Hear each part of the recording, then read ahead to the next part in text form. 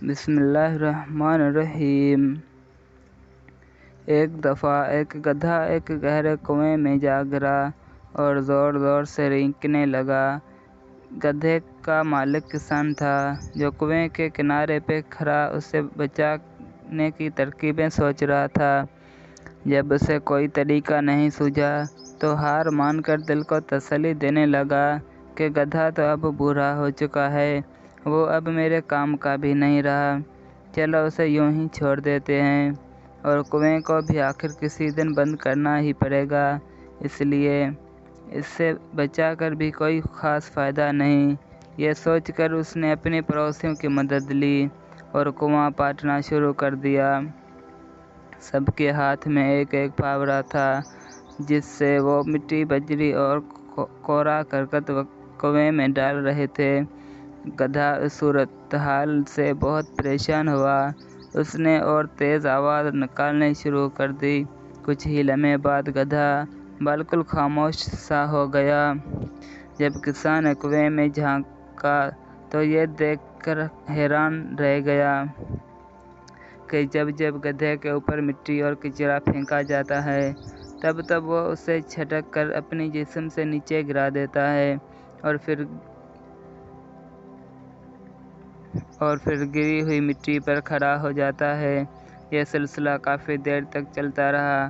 کسان اپنے پڑوسیوں کے ساتھ مل کر مٹی اور کچرا پھینکتا رہا اور گدھا اسے اپنے بدن سے ہٹا ہٹا کر اوپر آتا گیا، اور دیکھتے ہی دیکھتے کنویں کے مندر تک پہنچ گیا اور باہر نکل پڑا۔ یہ منظر دیکھ کر کسان اور اس کے پڑوسی سختی میں پڑ گئے۔ ان کی حیرانی قابل دید تھی۔ اس غیر متوقع نتیجے پر وہ گدھے سے بھی بڑھ کر مجسمہ حیرت بنے ہوئے تھے۔ اس کہانی سے ہمیں سبق یہ ملتا ہے زندگی میں ہمارے ساتھ بھی ایسے واقعات رونما ہو سکتے ہیں کہ ہمارے اوپر کچرا اچھالا جائے، ہماری کردار کشی کی جائے، ہمارے دامن کو داغدار کیا جائے، ہمیں طعن و تشنیع کا نشانہ بنایا جائے، لیکن گندگی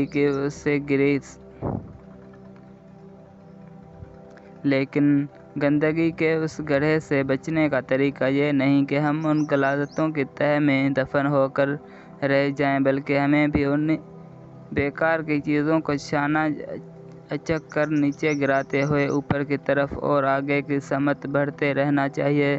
زندگی میں ہمیں جو بھی مشکلات پیش آتی ہیں وہ پتھروں کی طرح ہوتی ہیں، مگر یہ ہماری عقل پر منحصر ہے کہ آیا ہم ہار مان کر ان کے نیچے دب جائیں یا ان کے اوپر چڑھ کر مشکل کی کنویں سے باہر آنے کی ترکیب کریں۔